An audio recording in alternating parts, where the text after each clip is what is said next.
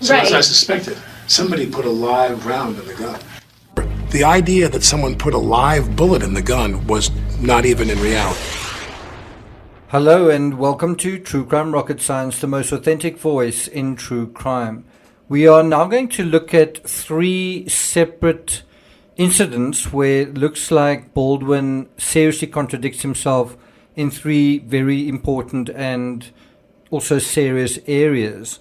The one is where he says during the police interview that he did the day of the shooting, he said he thought that all along. He actually says to the officer something along the lines that he thought all along that there could have been a live round. That's very different to what he said on ABC News. The other thing that he told the law enforcement was he said, Hannah handed me the gun, right? And that is not what he implies on ABC News.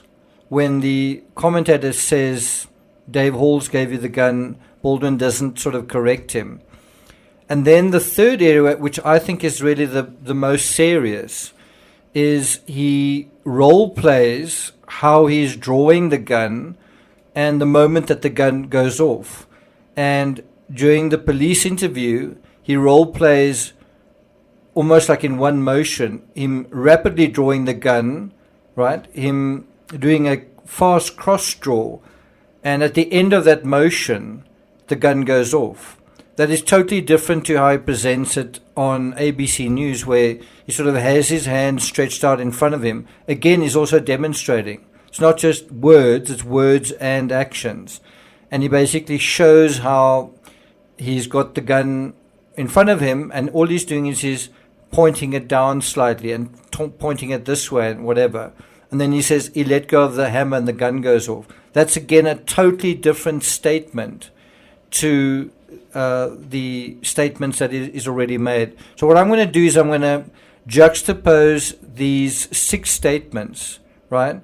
Three statements and then three contradicting statements. I'm going to juxtapose them side by side. We're going to play them twice. I'm going to go through them twice. And then I will also leave the links, so the original sources, for you to go and watch them on your own time. Get the audio, get the video, and also get the context if you're interested. And I think you can see, and these are just three. I'm sure that there are additional inconsistencies as well. But these are three really serious inconsistencies. But before we get to that, if you haven't subscribed to the channel, please do. If you're enjoying this episode, please like, share, leave a comment. You can also hit the thanks button, and let's get started. So as I suspected, somebody put a live round in the gun. The idea that someone put a live bullet in the gun was not even in reality. Right before this incident, Hannah handed you the gun and said, cold. It wasn't Dave. I don't be cold. No, Hannah handed me the gun. Okay. It wasn't anybody else but Hannah. No, Hannah handed me the gun. I'm handed a gun, and someone declares, they said, this is a cold gun. Dave Halls? The first AD. But this is all I know, and that is that I take the gun out in the rehearsal. Really, he wants it very dramatic and very slick. I'm trying to sneak up on them. I take the gun out, and as I take, as it clears, as the barrel clears the hole, I turn and cock the gun in rehearsal. I turn and cock the gun goes off. We kept doing this, so then I said to her, now in this scene, I'm going to cock the gun. And I said, do you want to see that? And she said, yes. So I take the gun and I start to cock the gun. I'm not going to pull the trigger. I said, do you see that? She goes, well, just cheat it down and tilt it down a little bit like that. And I cock the gun. I go, can you see that? Can you see that? Can you see that? And she says, and then I let go of the hammer of the gun and the gun goes off. I let go of the hammer of the gun and the gun goes off. So what I think you really want to do is pay attention to the words. You really want to almost transcribe this onto paper and get a sense of what he's saying to law enforcement and the date, and then what he says during the ABC News interview and the date of that.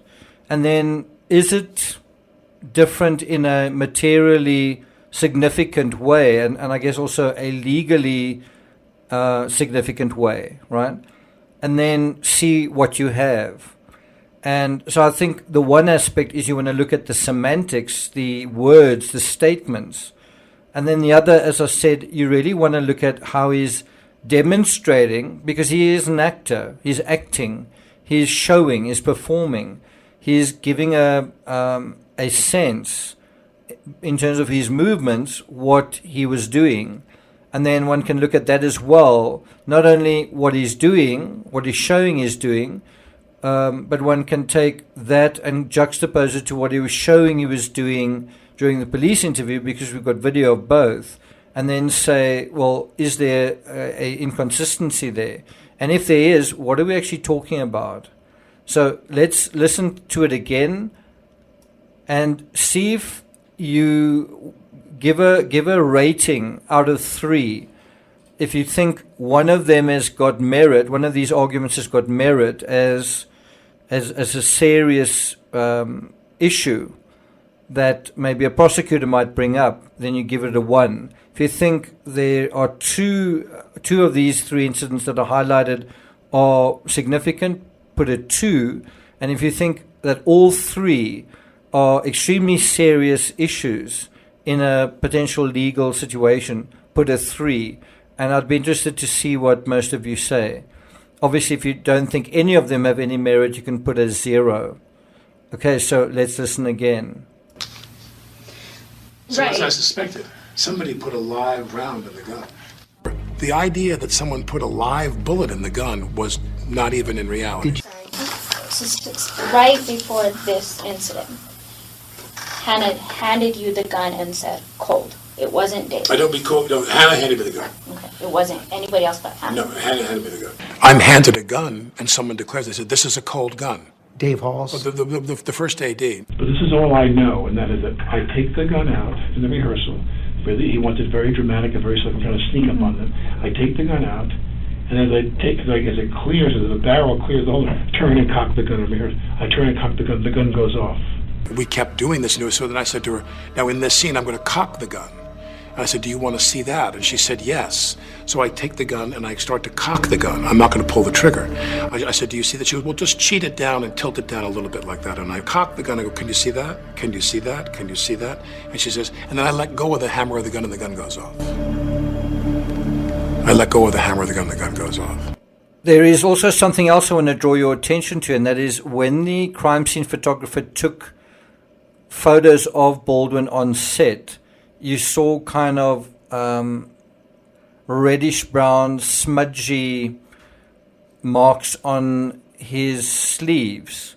And one wonders what that is. Is that gunpowder residue? Is that some kind of blood trace? What is that?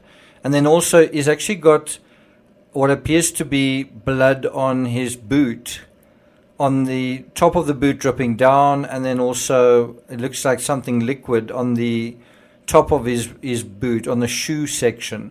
Now he said that was fake blood, and obviously in terms of the scene that he was shooting, he was supposed to be wounded and sort of wilting, so maybe that is true.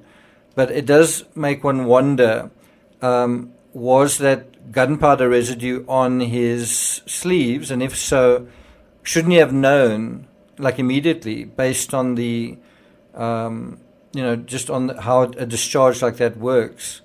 Wouldn't he have felt that gunpowder residue, because the gaffer did?